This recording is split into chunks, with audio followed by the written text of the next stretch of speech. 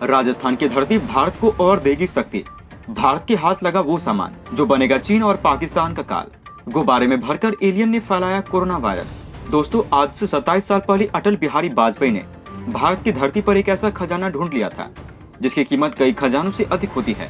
भारत ने अपने पास एक ऐसा खजाना ढूंढ लिया जिसका 1 ग्राम भी इतना ज्यादा कीमती होता है कि उससे अच्छे अच्छे लोगों की हालत खराब हो सकती है। अगर इसको दुश्मन के लिए इस्तेमाल किया जाए तो दुश्मनों को उनकी नानी याद आ जाए। अगर इसको अधिक मात्रा में जमा कर लिया जाए तो देश इतना ज्यादा शक्तिशाली बन जाएगा जिसकी कल्पना कोई भी दुश्मन नहीं कर पाएगा। भारत की जमीन के नीचे कुछ ऐसा मिल गया है जिसकी सहायता से भारत चाहेगा तो पूरे युद्ध की तस्वीर ही बदल के रख देगा। अच्छे अच्छे देश इसमें पानी की तलाश में दिन रात कोशिश करते रहते हैं, लेकिन राजस्थान के जिले में भारत को इस चीज की उपलब्धि हो गई है जिससे चीन और पाकिस्तान जैसे देशों को एक बड़ा झटका लगने वाला है। दोस्तों, जो पाकिस्तान बीते बीते भड़का बम बनाकर अपने आप को समझता है कि उसने क्या कुछ बना लिया है, लेकिन यहाँ पर भारत के हाथ में एक ऐसा खजाना लग गया है जिसकी सहायता से भारत दुनिया को मुट्ठी में करने वाला हथियार बना सकता है। इसकी सहायता से भारत अपने स्पेस मिशन को अंजाम दे सकता है। इसकी सहायता से भारत दुश्मनों की सोच से परे काम कर सकता है। इस समय आप ये बात जानते होंगे कि पूरी दुनिया में परमाणु बम बनाने की होड़ लगी हुई है। इसके अलावा हर देश कोशिश करता रहता है कि उसके देश में एक ऐसी अनोखी मिसाइल बना ली जाए जो कि दुनिया के किसी भी देश के पास मौजूद ना हो। इसको लेकर हर देश अपनी अपनी तरफ से कोशिश भी करते हैं, लेकिन कुछ चुनिंदा देश ही ऐसे कर पाते हैं जो कि अपनी इस सोच को सत्य का आकार दे पाते हैं, क्योंकि इसको बनाने के लिए काफी ज्यादा मेहनत करनी पड़ती है। इसके अंदर 2 सबसे महत्वपूर्ण चीज होती है, वो एक तो यूरेनियम होती है और दूसरी टेक्निक होती है। अगर आपके पास ये दोनों ही है तो आप इसे थोड़ी मेहनत के साथ बड़ी आसानी से बना सकते हैं। यही वजह है कि यहाँ पर ज्यादातर देश इस चीज में फेल हो जाते हैं, क्योंकि किसी के पास यूरेनियम होता है तो किसी के पास टेक्नोलॉजी नहीं होती है। और आप ये बात बहुत अच्छे से जानते होंगे कि भारत परमाणु हथियार के मामले में गिने चुने देशों में से एक है, लेकिन भारत को अपनी जरूरतों का यूरेनियम दूसरे देशों से लेना पड़ता था। लेकिन यहाँ पर भारत के लिए एक बहुत बड़ी खुशखबरी निकल के आ रही है, जिसमें ये पता चलता है कि यहाँ पर अब भारत को किसी देश का मुंह नहीं देखना पड़ेगा। यहाँ पर भारत देश में ही यूरेनियम पाया गया है जिसकी सहायता से यहाँ पर भारत अपनी हर जरूरतों को पूरा कर सकता है। दोस्तों, यहाँ पर खबर निकल के आ रही है कि राजस्थान के सीकर में एक बड़ी तादाद में यूरेनियम मिल गया है और जल्द ही यहाँ पर यूरेनियम की माइनिंग शुरू कर दी जाएगी। इसके बारे में मिल रहा है कि यहाँ 12 टन यूरेनियम प्राप्त हुआ है और इसके लिए 3000 करोड़ का निवेश किया जाएगा। इसके अलावा इससे लोगों को काफी ज्यादा रोजगार भी मिलने वाला है। दोस्तों, इस चीज से चीन और पाकिस्तान को एक झटका लगने वाला है, क्योंकि पहले से ही भारत अपने आप को लगातार मजबूत करता हुआ चला जा रहा है और अगर भारत को यूरेनियम मिल जाएगा तो यहाँ पर भारत चीन और पाकिस्तान की मौत का पूरा मैप बनाकर तैयार कर लेगा।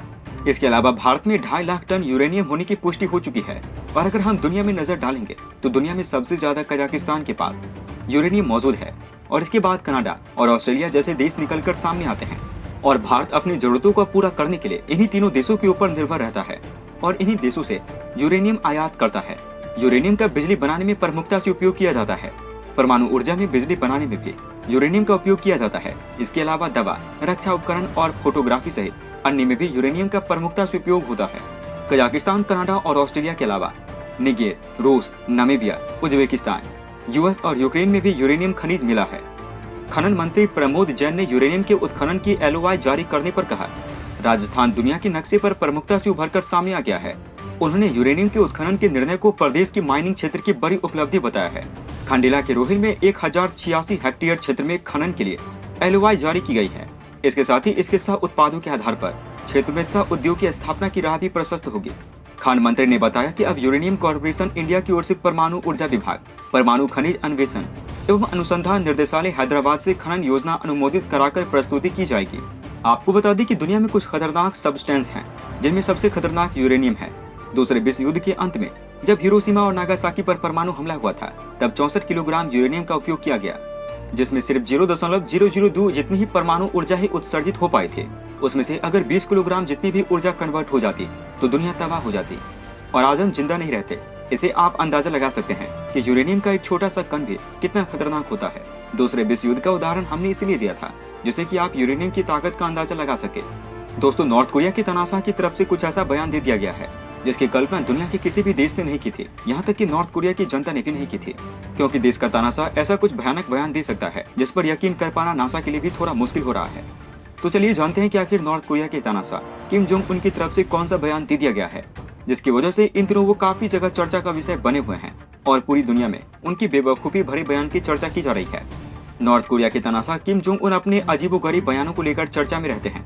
दोस्तों, बहुत देशों ने कोरोना वायरस से उभर लिया है, लेकिन बहुत देश ऐसे हैं जो अभी भी इस महामारी से उभरे नहीं हैं और अपने देश में लॉकडाउन जैसी स्थिति का सामना कर रहे हैं। उनमें से हमारा पड़ोसी देश चीन भी है। लेकिन किसी ने नहीं सोचा था कि इसको लेकर कोई देश इतना मूर्खतापूर्ण बयान भी दे सकता है। एक बार फिर कोरोना को लेकर ऐसा बयान दिया गया है जिसकी चर्चा पूरी दुनिया में हो रही है। किम जोंग ने दावा किया है कि एलियन की वजह से कोरोना फैल रहा है। जी हाँ, किम जोंग ने कहा कि देश में पहला कोरोना केस भी एलियन की वजह से मिला है। उन्होंने कहा कि साउथ कोरिया से जुड़े बॉर्डर से एलियंस के गुब्बारे में वायरस भरकर फेंका था। इसी के बाद से देश में कोरोना वायरस फैला है। नॉर्थ कोरिया में अफवाह फैली हुई है कि अप्रैल में 18 साल के एक सैनिक और 5 साल के बच्चों ने किसी एलियन जैसी चीज को छुआ था, जिसके बाद दोनों में कोरोना के लक्षण देखे गए। जिस तरीके की बातें नॉर्थ कोरिया कर रहा है उसको देखकर ऐसा लगता है कि ये कहानी किसी हॉलीवुड की पुरानी मूवी में देखी हुई है। हालांकि पड़ोसी देश साउथ कोरिया ने एलियन से मिलने वाली थ्योरी को बकवास बताया। सियोल के एक प्रोफेसर का कहना है कि किम जोंग के दावे पर विश्वास करना इसलिए भी मुश्किल है क्योंकि वस्तुओं के जरिए वायरस फैलने की संभावना काफी कम होती है। नॉर्थ कोरिया की समाचार एजेंसी KNA के मुताबिक सरकार ने बॉर्डर से सटे इलाकों के लिए कुछ निर्देश दिए हैं। सरकार ने कहा कि बॉर्डर के आसपास रहने वाले लोग हवा के जरिए आने वाली चीजें यानी गुब्बारा और एलियन जैसी चीजों से सतर्क रहे। अगर किसी को भी ऐसी चीज दिखाई देती है तो पुलिस को सूचना दे। करीब 2.5 साल तक कोरोना वायरस से बचे रहने के दावे के बाद नॉर्थ कोरिया में अप्रैल के अंत से करीब 20 लाख लोग रहस्यमयी बुखार से पीड़ित हो चुके थे। 12 मई को नॉर्थ कोरिया ने पहली बार अपने देश में कोरोना वायरस पाए जाने की घोषणा की थी। इसके बाद किम जोंग ने पूरे देश में लॉकडाउन लगा दिया था। दोस्तों, भारत में यूरेनियम की खोज हुई है और इस चीजों से भारत ना जाने कई चीजों में फायदा उठा सकता है। और जो भारत पहले किसी और देश के ऊपर निर्भर रहता था, अब उसे किसी देश के ऊपर निर्भर करने की भी जरूरत नहीं है। यहाँ पर भारत अपने देश के ऊपर निर्भर रहकर वो सभी काम कर सकता है जिसकी दुश्मनों ने कल्पना भी नहीं की होगी। इसके अलावा जिस तरीके की अफवाह नॉर्थ कोरिया द्वारा फैलाई जा रही है उसको लेकर आप क्या कहना चाहेंगे?